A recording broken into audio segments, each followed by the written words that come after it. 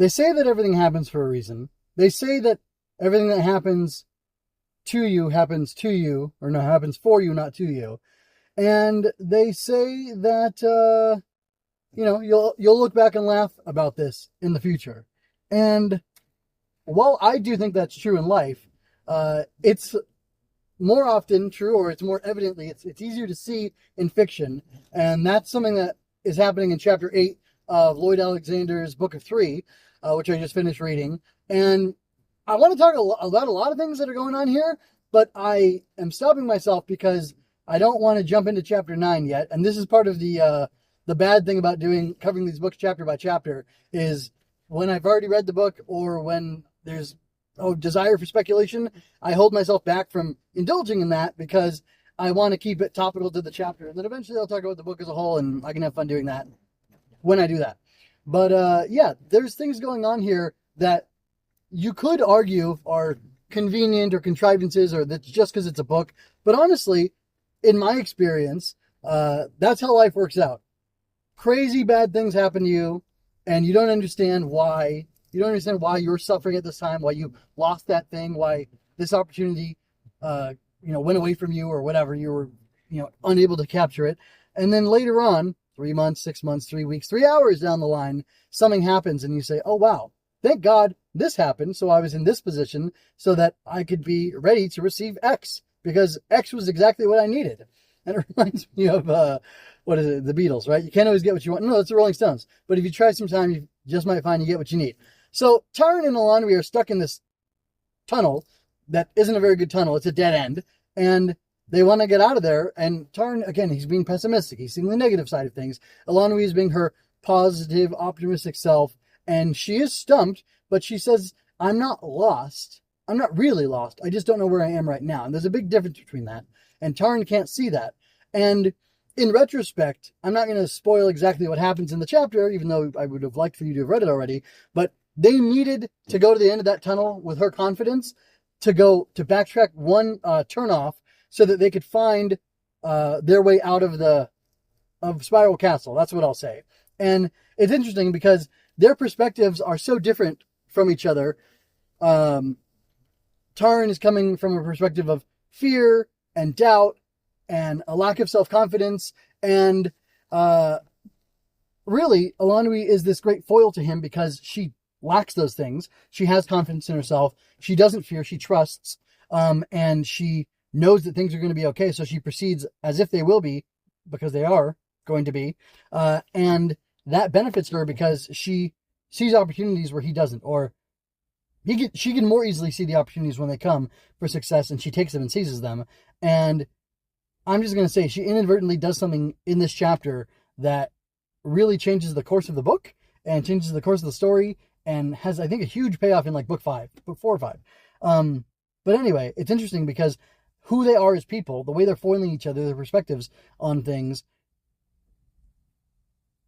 it's all naturally coming from the characters, where these miscommunications, these missteps, these them being out of sync with each other, it all makes sense with their characters. It's not a contrivance. It's not done for fun. Yes, Lloyd Alexander contrived them to be like this and set their characters like that so they could play off with these dynamics to show like the twists of fate, or possibly what faith or the divine, what destiny has in store for these characters, and how they can fulfill their destiny through making their own choices, or by making choices that are wholly their own and not done like to manipulate destiny or anything like that.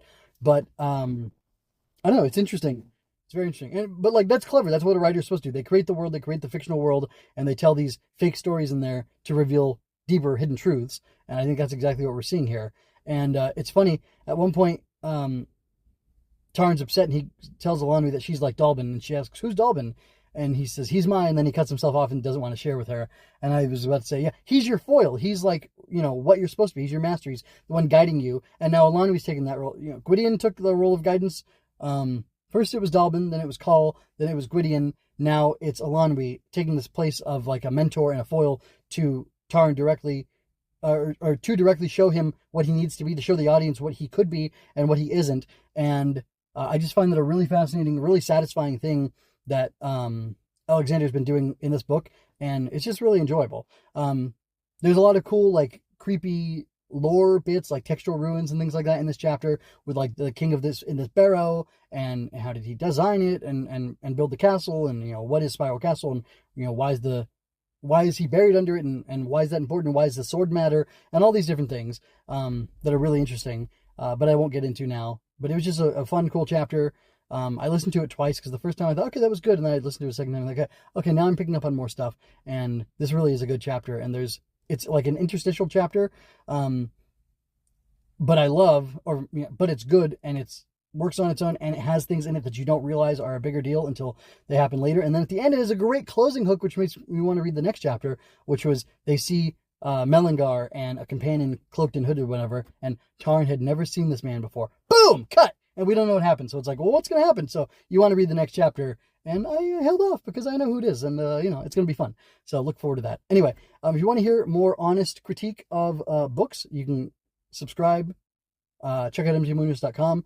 You can find a link in the show notes to find more of me talking about other books. I talked about Secret Garden. I did some chapter by chapter coverage on that. And then I did a huge, like a 40-minute or so review of the whole book, because I just finished it all in one go, and I'm working on books that are going to be like my book Mocking Mayhem, which is coming out in like before the summer, hopefully, of 2025.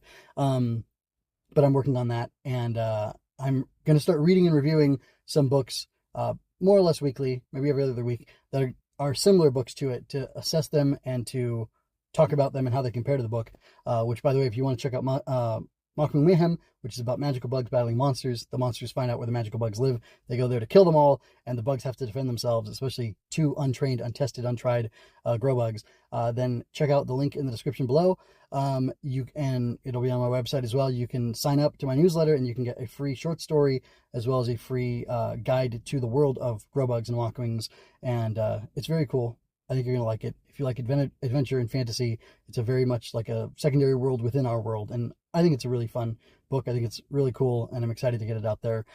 Just fine-tuning stuff in the background to publish. It's the first time I've self-published a book or published a book at all, so I'm learning a lot as I'm going along. But I think you'll enjoy it, and I think if you like Tower and Wanderer, or sorry, I really like that book. If you like these Lloyd Alexander books, the Prydain books, I think you'll like Mocking Mayhem as well. There are some similarities, but they're very different books from each other, but still the heroism and the core of goodness and nobility is there, and that's good stuff. Anyway, till next time, folks, take care. This is MJ signing out.